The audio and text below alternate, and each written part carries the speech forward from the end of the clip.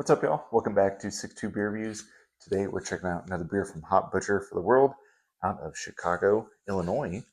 Today we're checking out a pale ale from them called Grid. Been a minute since I've had a pale ale from Hop Butcher. I'm very excited. I do believe this is a West Coast style pale ale. So Citra and Mosaic comes in at 5.75%. Sign me up. Canned on October 2nd, so time recording, we are just around 5 weeks old. It says easy drinking. Yeah, that's why I love pale ales. Actually, I think it's been a while since I've had just a pale ale in general. So before we crack her open, show off that Jetsa can art, as always, killer. I want to say they do a double grid too, which I believe is a hazy, which is why I was kind of surprised to find out this is a West Coast. I believe it's West Coast. Yeah, it looks it. Oh yeah, look at that clear beer. Citra and Mosaic, two classic hops. Usually really nice hop combo. We'll see if this is leaning more like new school or old school pale ale. Based off the look, definitely looks kind of new school. Crystal clear. There's a good finger of bone white colored head there. Gosh, that beer looks delicious. Looks like a lager. It is so pale. Hence, pale ale.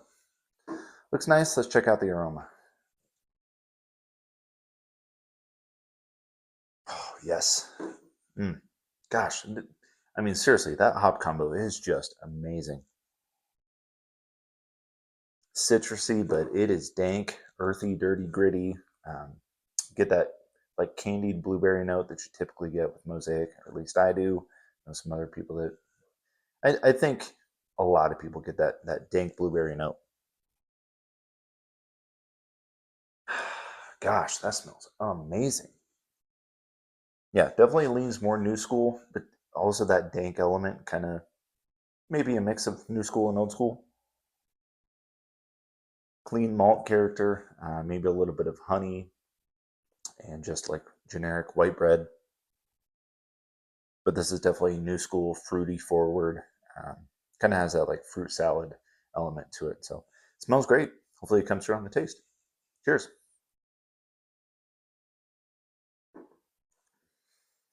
Mm, yeah, it does. Super easy drinking. I mean, 5.75%. Solid medium body, nice carbonation to it, crisp, dry finish.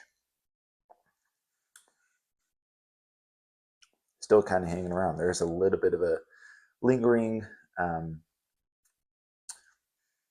a little bit of that like dankness is kind of lingering a bit, but there's also this like bitterness element to it.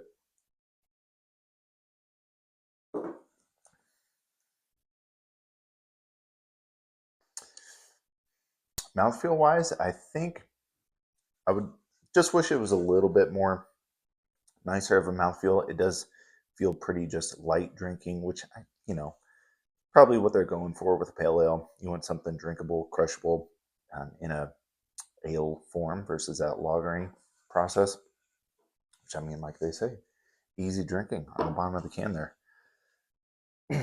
This is delicious. I only picked up one can, but I would have no problem having a 4-pack of this. Give me a case of this.